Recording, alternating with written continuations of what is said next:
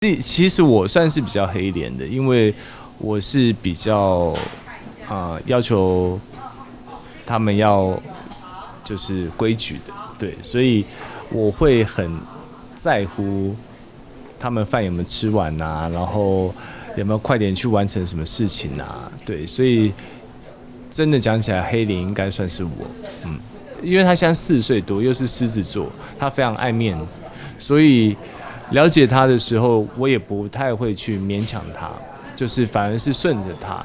我那时候其实18岁嘛，我从集美捷运站上车，要到台北火车站，我要回桃园去找我妈妈。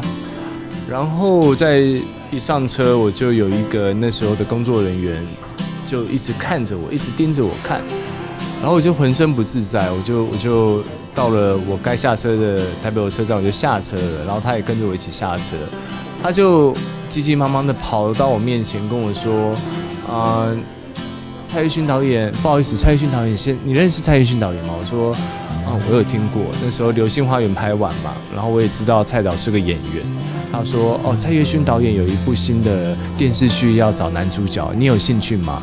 过没几天，确实就有人打电话给我说：“请问你是修杰楷吗？”我说是。他说：“那我们可以跟你约碰面吗？就是蔡玉勋导演想要跟你约碰面。”我说：“好，没问题。”然后我们就约在中和的一间麦当劳。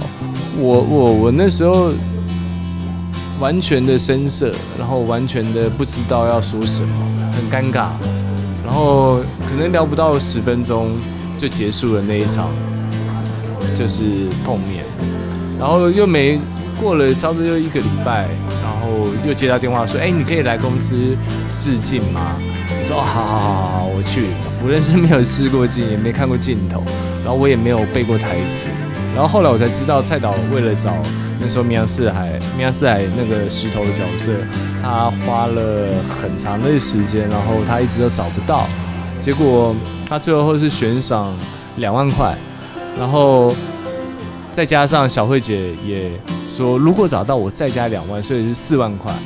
然后找到了我，对，一定是蔡导，因为他是我一开始教我表演这件事的启蒙者嘛。那他是花了非常多的耐心，他花很多时间，他不是在教我表演这件事情，他是在告诉我怎么样去扮演一个不是你自己的角色，对，就是另外一个人生。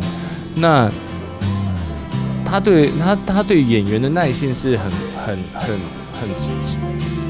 饱满的。如果那时候不是他的耐心的教导我，跟没有脾气的对待我的话，我可能就会抗拒跟退缩，所以是他让我喜欢上这件事情的。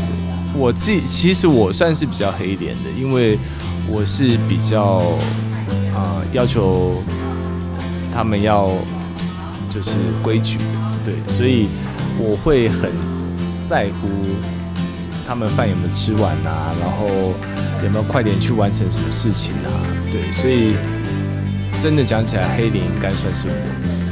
因为他现在4岁多，又是狮子座，他非常爱面子，所以了解他的时候，我也不太会去勉强他，就是反而是顺着他。就像他的性格，如果有很多陌生人的时候，可能会，我们小时候教育会常常说你看到长辈打招呼，快点去啊，你在干什么？怎么那么没礼貌？然后被责备一顿。我觉得我给他们的教育没有这么的强硬。我有跟他说，如果你真的不想要打招呼，没关系，但是你不要太过于闪躲。对，那我知道被强迫是不舒服的事情，那我相对的也不太会去强迫小孩做他不想做的事。或者是他不想拍照的时候，就说过来拍照啊，或干嘛。他不想拍，其实我也不太会去勉强他，完全不会。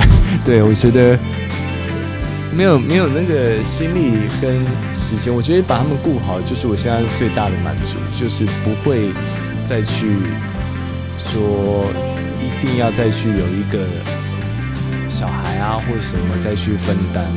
那其实照顾小孩确实很花时间，也需要很多陪伴。